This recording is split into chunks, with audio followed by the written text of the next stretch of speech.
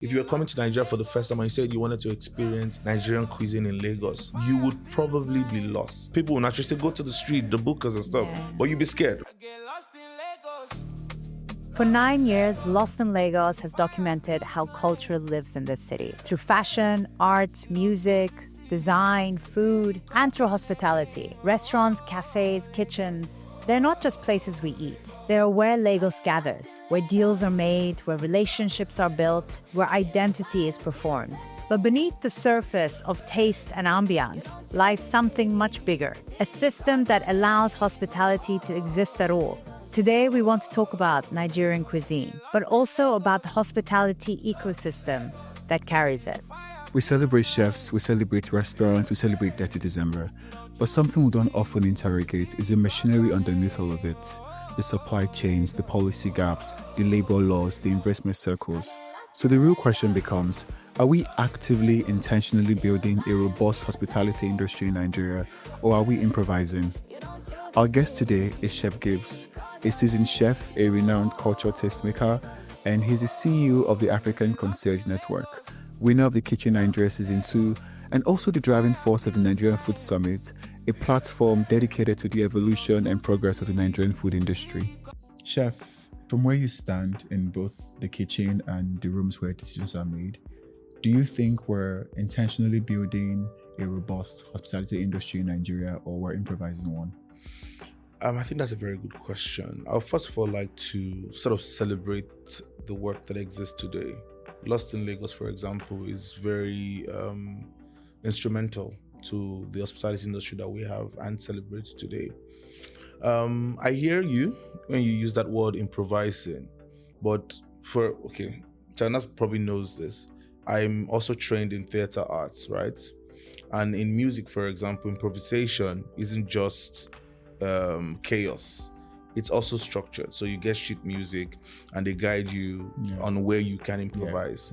So borrowing from that concept into the hospitality space, I can say that yes, there's a bit of improvisation happening, but it's structured, right? Where we have people that have foundational knowledge trying to navigate a space or a system that is almost non-existent. So what do I mean by a system that's almost non-existent? We sometimes compare ourselves to a lot of the developed societies across the world, people that have had years to make mistakes, come back, work with government. Like I was in a room one time where it was a conference, and the government were talking about how they do regulations, how they do assessments across facilities. But they didn't start by doing that. It started by those facilities existing and becoming popular, becoming very big, that they saw the need to do that. And for us in Nigeria, we're getting there, right? We're finding our feet, if you want to put it that way. Where we remember when being a chef, for example, became popular. That was sort of what started the culinary value chain. Now we're celebrating food photographers and food videographers, not people that are doing lifestyle and food, people that are focused solely on food.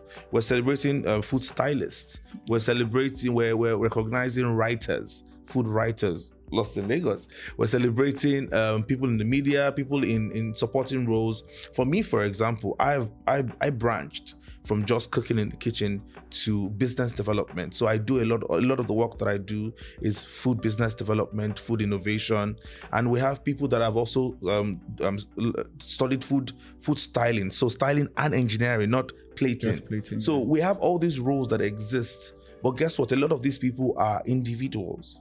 And so where you have individuals, it's almost difficult. It's easy rather to think that there's no structure. So maybe a lot of more people occupy those roles, most of those spaces, and then you start to have questions around, okay, how can we regulate? How can we standardize and things like that? Yes. So intentionality is there. Yes. Now. Yes. I think you're so right. I think you can't just jump into structure. I think structure has to be built from a foundation. And that foundation is basically something that is like done more casually and then more formally. You know, one of the things that we're fighting for now in this generation is how, if we look at today, 2026, and sort of date back to 10 years, 15 years, 20 years, you see that a lot of the foundational work are being done. A lot of the things that would form what the future of the industry is being done now. So yes, I won't be too hard on a lot of people because I see the heart. I see them trying to do the work. For example, I did a thing with the federal government and I was almost upset because before they recognized that space, it took a while. We see how they recognize entertainment, fashion, movie in the movie industry. Nollywood has a name. Like, these are big spaces. But guess what? Food is older than everybody. Because cuisine has been existent from day one. We talk about in school, they teach us the cavemen, how they lit fire to cook meat. That's food. It's about survival. Exactly. But what we've done is taken food for survival and made it food for enjoyment. Yes. For food that's translated across. It's passion. now culture, passion, enjoyment, like tradition. Food is medicinal.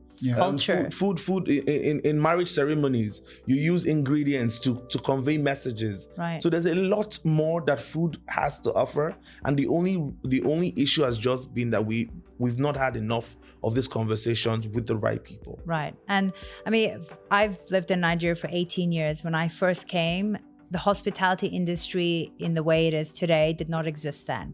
And if it did, it was even less formal than what we might consider today. Like, some people might look at the industry and think it's not quite there yet, but things don't happen overnight. They need time. And I think the downfall of social media means that we want everything done today, quickly. It has to be perfect because we need to capture it. We need to, show the world it. But what they don't understand is that you need that progression. You need to understand the mistakes so that you learn from it and build on it. And just because it exists internationally, it doesn't mean we can pick up exactly where it was left off. Culturally, Nigerian cuisine is different. It evolved differently. The ingredients are different. The way it's presented is different. The way it's enjoyed is different. So in a way, our hospitality industry in Nigeria is going to be different. However, we have a lot of international cuisine that's represented in Nigeria. So there is a certain expectation from them or the restaurant industry in general. If I can add to what you said, I know I was gonna say we don't need to copy anybody. No. So I know what has happened. It's not our fault. When we talk about colonialism, for example, it's not our fault really. Sometimes a lot of these things are subconscious. You just see something you like. It looks very attractive. It looks very, very, very appealing. It's aspirational, and you right? just you're ambitious. You want to be like exactly. Yeah. So even with culinary school, for example, French cuisine, classic cuisine, haute cuisine. These are all strong foundational cuisines that anyone that claims to be a chef should be versed in any of these cuisines. But guess what? It's not supposed to end there. No. You're supposed to take this knowledge as foundation. If you're building a property, a building, there is foundation. Foundation doesn't make the entirety of the building. There are many layers. But you need that foundation to secure the building. What happened with us in Nigeria is we took that foundation and just made everything. And that became normalized. And it's now that we're now starting to sort of find our way back. I think I gave you that feedback when you did Onje Agbaye. Like, I was so excited because it was almost like for the first time, someone is recognizing our cuisine locally. There's the wave now with Chizuru having a Michelin star, for example. And for me, I'm happy about that. But there's mixed feelings for me because I'm like, this should have started with us in Nigeria. Not abroad. So everyone else should have said, because it's happening in Nigeria, they want to do that. Right? And it's slowly happening, like we said, it's happening. But I just wish that people would jump on it quickly. For example, for the longest time, I kept saying that I wish that Nigerian restaurants would put African salad on their menu. That's abacha. So for the sake of being Nigerian, let's call it abacha, right? It's abacha. And in my mind, I'm like, that's a tall order, Gibbs. Abacha is very local. How do you want to? And guess what? Chizuru did an abacha dish, and when she plated, when she did, I was just like, this is what we're talking about. Yeah. She did an uyayak ice cream. Eros has an uyayak ice cream on his menu as well. So this is what we're talking about. We're not saying that we want to eradicate or cancel years of culture. No, we're saying we're adding so much passion and intentionality to Nigerian cuisine that every single person, why would KFC come into Nigeria and feel the need to add jollof rice to their menu? Or why are they going to Asia and adding cultural dishes to their menu? Because they understand that they're coming to a space that dominantly serves these dishes, and if they don't serve these dishes, they won't thrive. That's the same thing with our international partners within the restaurant space in Nigeria as well. If the locals promote certain cuisines, these wonderful international restaurants, global dining restaurant spaces would adopt some of these dishes as well. I agree. And even if they don't adopt them, that's okay too. Yeah. And I think for me, I've always looked at in restaurants that are supposed to be authentic to a particular cuisine. Yes. And then they try to make it to that local environment. So adding like jollof rice or making a carbonara with like suya. Fair. This is what it also, for me, it dilutes the authenticity of a cuisine. Because if I'm going to an Italian restaurant and I'm really looking forward to a carbonara and then they've adapted it, I'm going to be disappointed because I really wanted to experience that original dish. But I understand the evolution I agree with too. you. If I could clarify, I absolutely agree with you. For me, the reason why I say that is because in Lagos, for example, if you were coming to, I'm happy that you've lived with us for that long, but if you were coming to Nigeria for the first time and you said you wanted to experience Nigerian cuisine in Lagos, you would probably be lost. Yeah. Because you wouldn't know where to go to. People will naturally say, go to the street, the bookers and stuff. Yeah. But you'd be scared, right? So you want to go into a casual dining establishment that's able to serve those dishes. But unfortunately, we don't have a lot of those places. And that's why my first instinct went to that. I wish that we can have a society where we have predominantly Nigerian spaces and then we have global restaurants that serve authentic global meals. And you can say, and not the other way around. Yes, exactly. Yeah.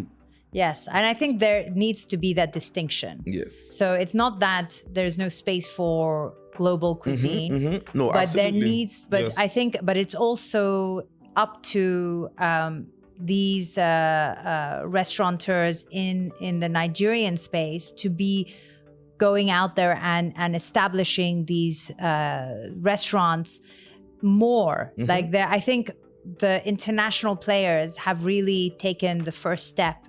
And 18 years ago, they dominated the industry.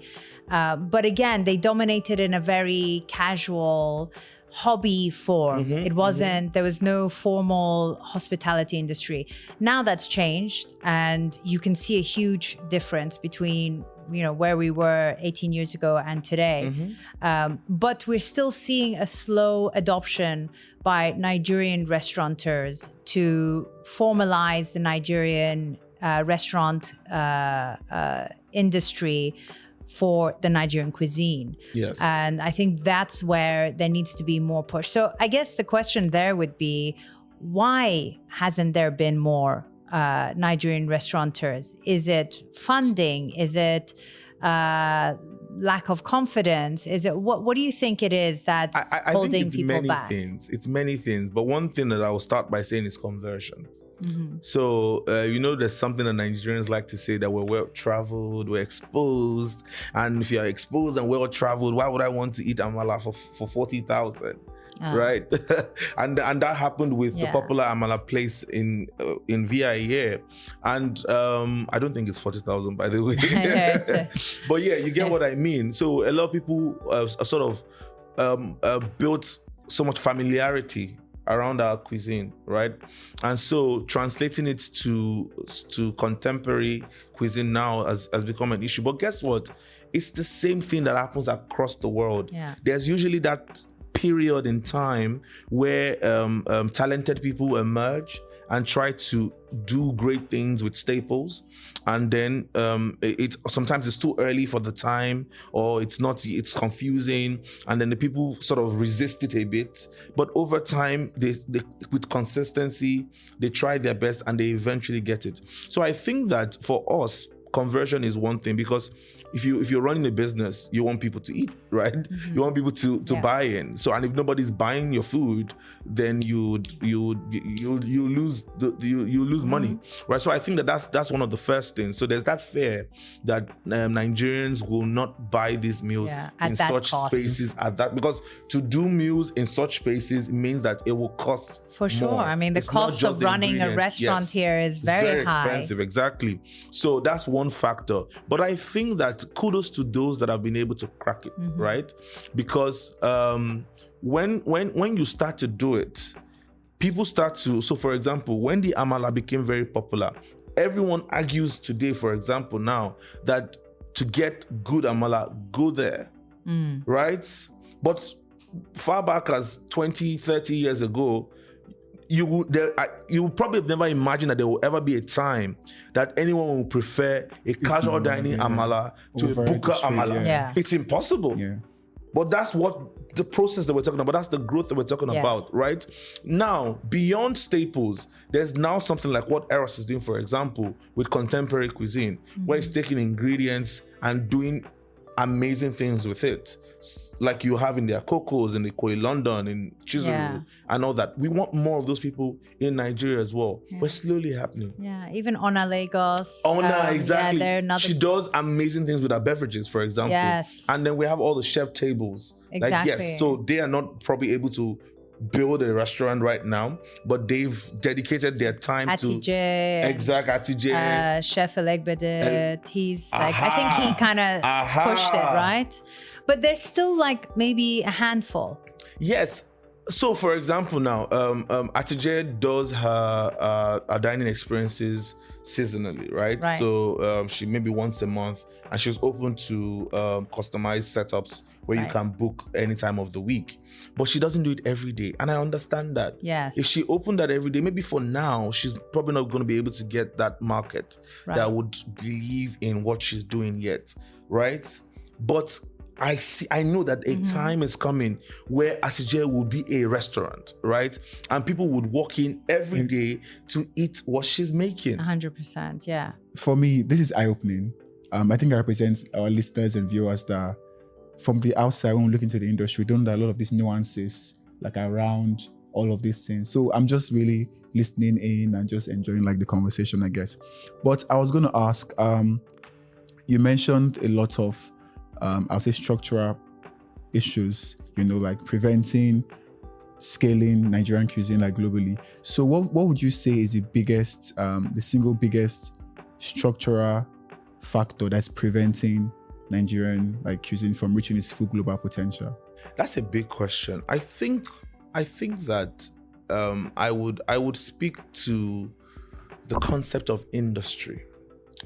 And, when we did the NFS the first year, we called it an emerging industry, not because the industry existed in the year we did the NFS, no, but because we started to notice how more people were collaborating more, paying attention more, doing more things together more, new roles started to emerge, new people started to identify in different job descriptions across the value chain. And we just felt like it was time to come together as a group to have a forum. And the potential of such forums is that people can share ideas. They can be coalitions to push concepts, to push agendas, right? So you talk about scaling cuisine, for example. It's in those kind of spaces that those kind of things can happen. Now, it doesn't mean that individuals are not doing it, right?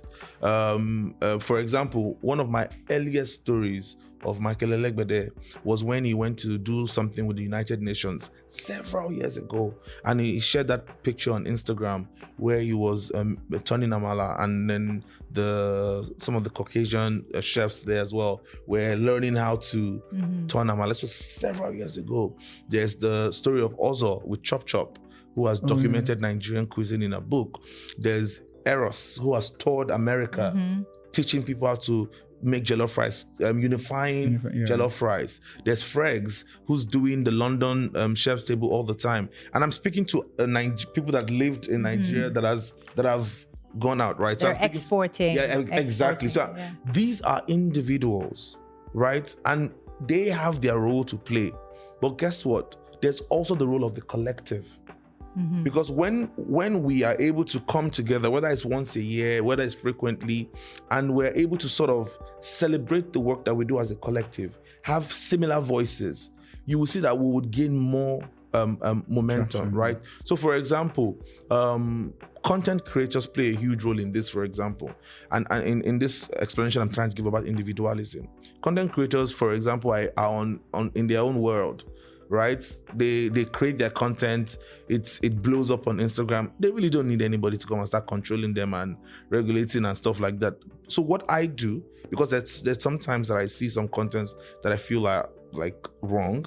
What I've done is don't necessarily go on Instagram to bash them. I make friends with some of these people and we start to have conversation. And guess what? They appreciate that. And they're now able to come into the fold. And as they come into the fold, they're having more conversations. They're seeing the need to do more research about certain things. And that changes the content that they put out. Industry. Yeah. And you know, there's so much that goes into that ecosystem. You know, we don't give enough accolades.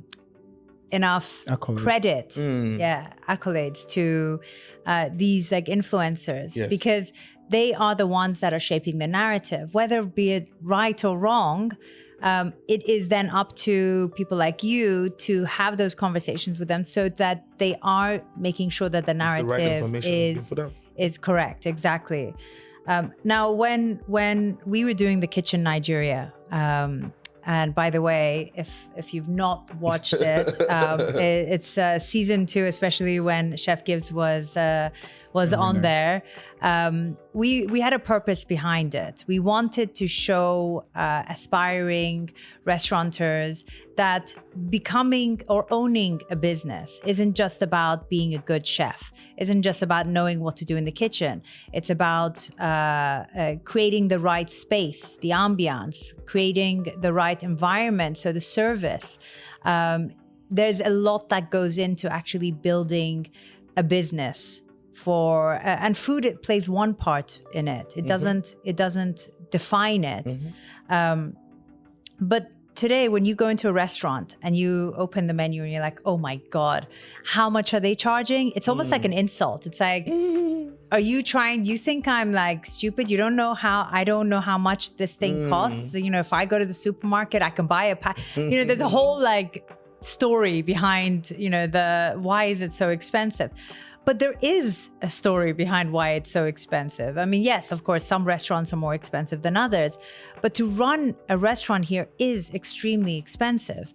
And when you think about why can't we expand, why can't the industry grow faster?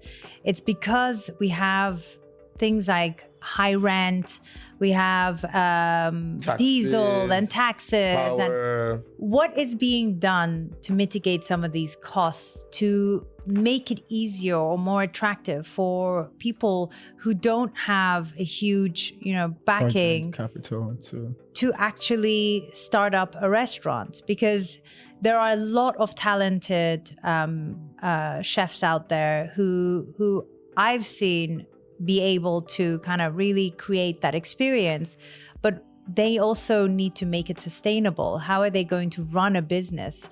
What would you say, or what advice would you give to someone who is really aspiring to enter that? I think this is a very good question, right? And there are many layers to answering this, because there's the role of government, there's the role of private sector, there's the role of financial sector in answering all these questions. So for example, I'm director of events and partnerships for the RCBC, right?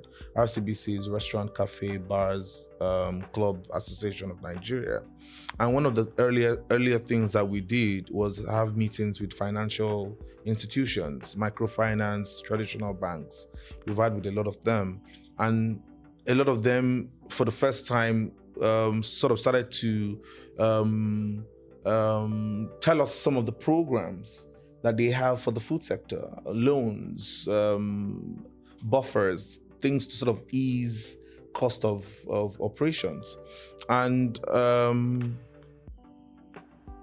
we have to understand that for a lot of these people, they have objectives, bottom line objectives, right? It's not sentimental, right? So it's not like in maybe some settings where you have a dream and there's someone to fund your dream. That might not be the case here in Nigeria. So what do you do as a young person who wants to probably start a business? I think you start small. So for example, thankfully in Nigeria today, cloud kitchens are very popular, right? And so what will it take for you to open a cloud kitchen? Start somewhere and scale.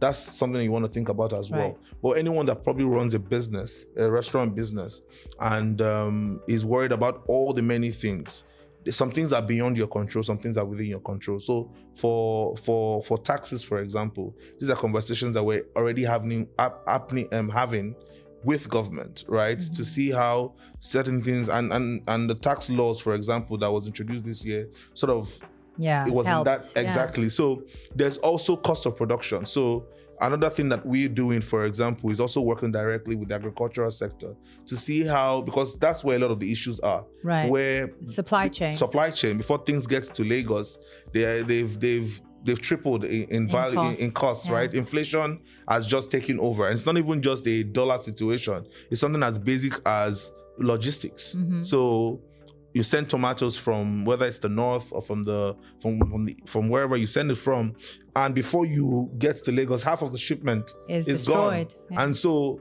the marketers have to still cover that cost, right? And so they will sell it covering all that damage. So you as the consumer, you're probably paying for that damage as well. Exactly. So one of the things that we did this year, we went to Zaria, we went to Jos, and Jos is the largest growers for strawberries, right? And so same issue with, like I said, with tomatoes, strawberries go bad before they get to a lot of the batches. So now they have options for freezing. They have cold trucks now that is able to transport some of these things to Lagos, to wherever we're in Lagos. But so things are happening. So obviously you want to be part of a group, you want to be part of an association, you want to put your ears to the ground to know what's happening. But cost of production is definitely one of the things that make a lot of all these pricings very high. So and that's been worked on. So I think that if this was a different industry, the case might be different. For example, if it was tech, or like you gave an example with the film industry, like Nollywood or even music. Do you think that across the value chain in the hospitality industry, there's respect for the roles and jobs that come up? For example, if I was a food photographer and I'm saying, I need funding for certain things, do you think that there's respect in like these jobs in the value? Do you think it's a respected industry overall, hospitality in Nigeria? So the context that you gave now, I don't think it's more of a respect thing. It's more of a conversion thing. If I give you 10 million to run a business, can you convince me that 10 million will yield, whether it's a space of a year, 2 years, or whatever? So one of the meetings, like I said, we've spoken to a few financial institutions, and one of the meetings that we had, the bank outrightly said that a lot of people that come to them don't even have financial structures. They're not able to prove certain things. They don't have records. They don't have, their accounting is very bad. And that's something that's very common, especially with small businesses, right? You start off a business and you don't hire an accountant, maybe because you think it's too expensive to hire one. So, but what can you do with keeping your own records so that the day of audit, whenever it comes, you're able to still provide the information that you can provide. Yeah. So it's not just about funding the dream. Yes, I agree with you. There's a lot of bad branding that has been attached to the industry for a long time. And that's why a lot of the time, the only people that are able to get these funds are actually not passionate practitioners. They are more business people that want to branch into the space, right? But that is changing. And that's why I always say to people that it's not just you don't just come out and say you are passionate about something. What training have you put in place to ensure that you are marketable, that you are someone that, or rather bankable? Yes, that's the word. What training have you put in place? We're not saying go and get an accounting degree or an MBA or something. That's not what we're saying. But knowledge of running a business is very important. Yeah. I mean, we go to restaurants abroad and we go and sit and think, wow, this is really expensive. But when we come to Nigeria, it's like we don't expect it to be so expensive. But in fact, running a business here is actually higher. The cost of and I think that a running lot a of business consumers is don't higher. even know. They don't know what goes into running a business. And in most of the Nigeria. ingredients are imported. Yeah, and there was even a time where, if you remember social media, where people were snapping their receipts and saying that why are we paying consumption tax without realizing that actually goes to the government. Yeah, exactly. Forget anyone that probably keeps it and evades taxes. That's not our business. Right. We're saying that officially the restaurants are collecting on behalf of the government. guy. It's not the restaurant feels like adding a tax. Some people don't know that, and for a lot of people they don't care. Right? All they want is, I ate this piece of food. This is what I think the price should be. Why is it this? So I don't know. Exactly. I don't know whether it's a case of maybe we need to do more sensitization. I'll tell you what I think it is. I think it's people have a lower expectation of the industry. And I think goes back to what Elvis was saying, is their respect. I don't think there is by the public. I don't think there's that respect because for so many years, people have said, well, from service and from food quality and from ambiance, there's always been a minimal effort. I mean, it's changed now, but I think the perception hasn't quite caught up with the industry because a lot more effort has been put in training, quality control. All of that is now very serious, whereas years ago it wasn't. So, but the perception hasn't change. So people's perception is, well, what do you expect? It's Nigeria. It's just and I think that is such a sellout kind of concept because it's so easy to blame Nigeria for this.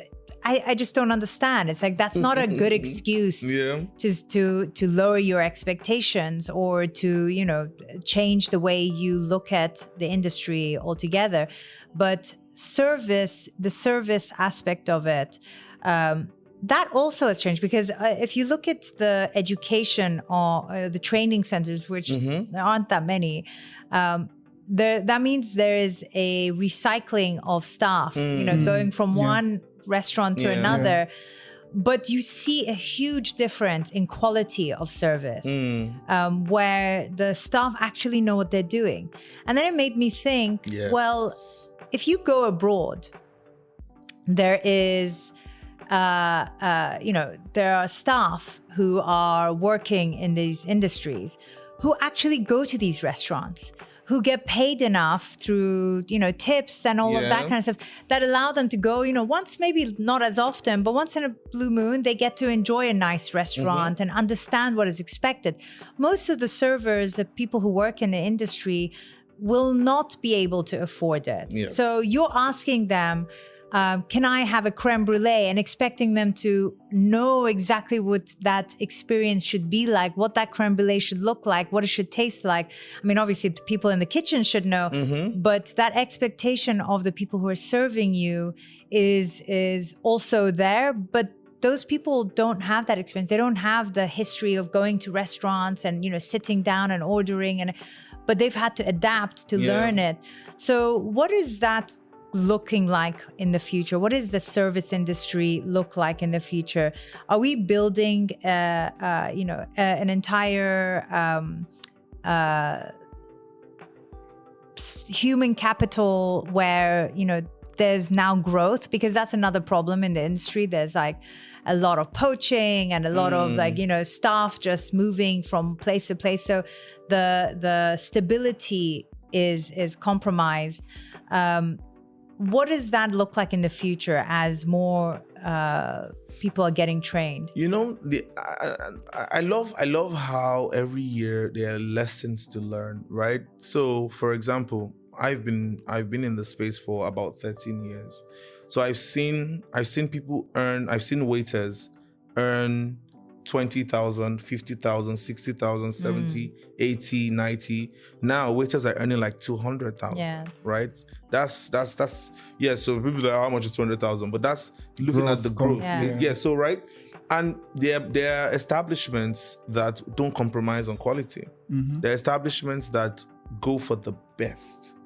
I've seen waiters, I've engaged some waiters, some front house staff that this is a career choice that they made.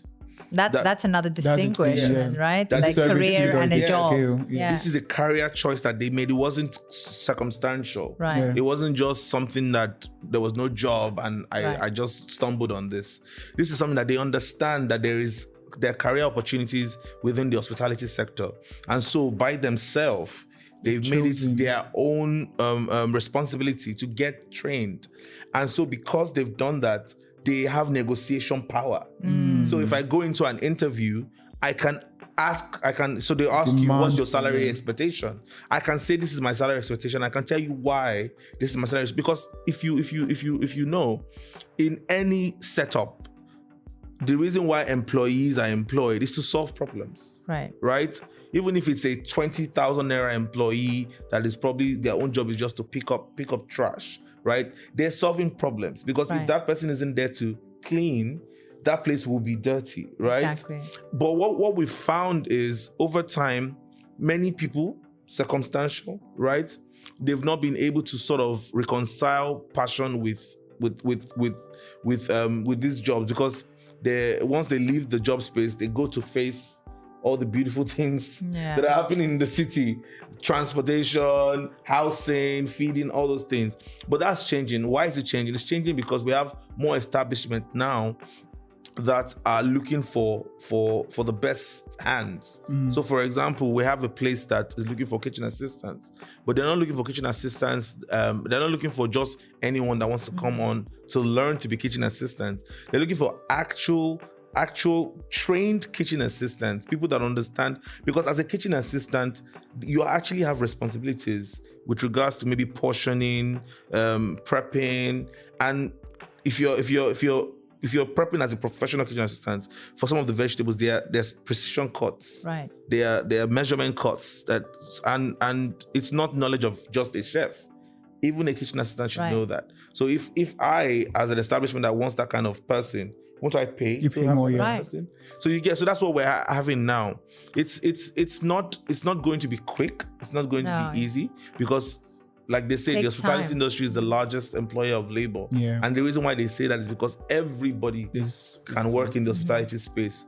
But it is my own sort of maybe hope that as these people come into the space, they're able to dream. They're able to see a new world or a new to see possibilities. Growth. Right. This is really interesting. It's really interesting for me because I think the general understanding for Nigerians, there's this conditioning that servers is seen as servitude and not really a skill. Yeah. So even for how people perceive them, how people treat them sometimes too. So it's just really interesting. You're right. It's a mental shift, and I think that only will happen with respect. I've worked as a waiter before, for example, and this is me, a graduate of the university. But the reason why I did that is because, like I said earlier, I believe in process, right? Yeah.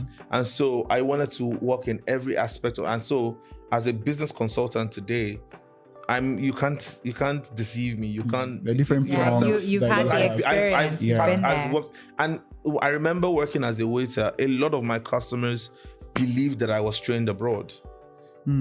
Whether it was my charisma, my courage, the way I spoke, the way I served, my product knowledge, I would bring and it wasn't like I was big or something. I was still your average looking Nigerian waiter that you could easily abuse if you wanted to, right? And I think that's such a bad thing to say abuse if you wanted to. Like what? Why do we think that that's okay? Excellent. It's like crazy, right? And I said that intentionally because that needs to change, right? And one of the ways that I think that and the reason why I brought that up in this conversation is because I made it a point, and I teach this as well. I teach this in training school, and I tell waiters, you are placed in a space where, so for example, in hospitality school, they'll tell you that if they slap you, turn the